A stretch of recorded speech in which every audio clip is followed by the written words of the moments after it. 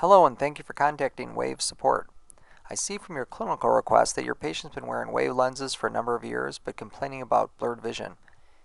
Just a couple thoughts. I tend to see this happen occasionally with these lenses that are high plus with some cylinder on them.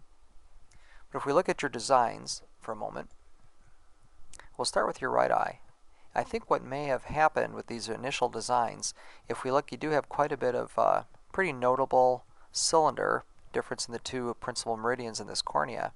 And when Wave initially imported the data, it looks like it averaged out the astigmatism, creating more of a spherical look to that cornea. So I suspect what probably happened, that when Wave calculated the cylinder, there was less put on the back surface and more on the front surface, creating, in essence, a front toric lens, more of a front toric lens, which is probably a little bit less rotationally stable on this side, creating some blurred vision issues.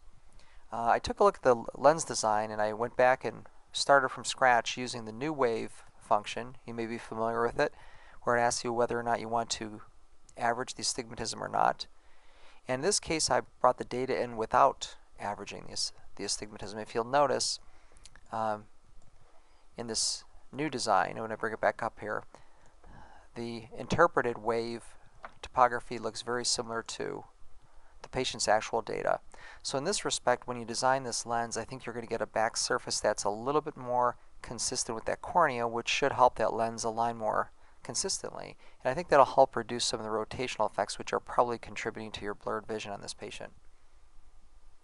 Another thought, you mentioned some movement on that lens. If it's a comfort issue, sometimes I find switching over to a tangential design can be helpful.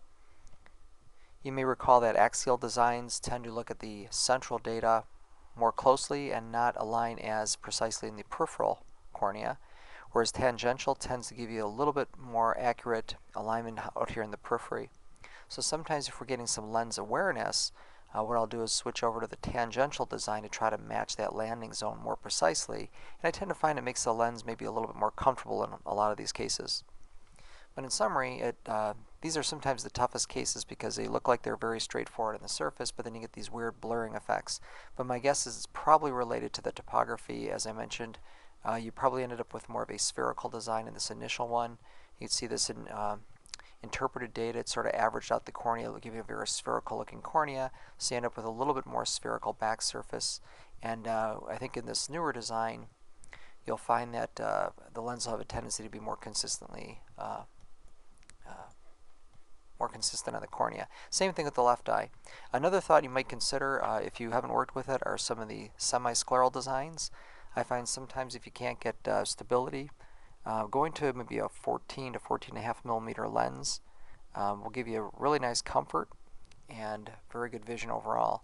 And I'll include a link on the email that goes along with this in case you haven't viewed the video training on the Wave website.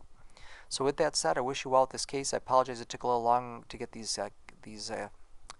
designs open. I appreciate you being patient with Wave Support, and I hope this helps you out. I wish you well and have a great day. Thanks for contacting Wave Support.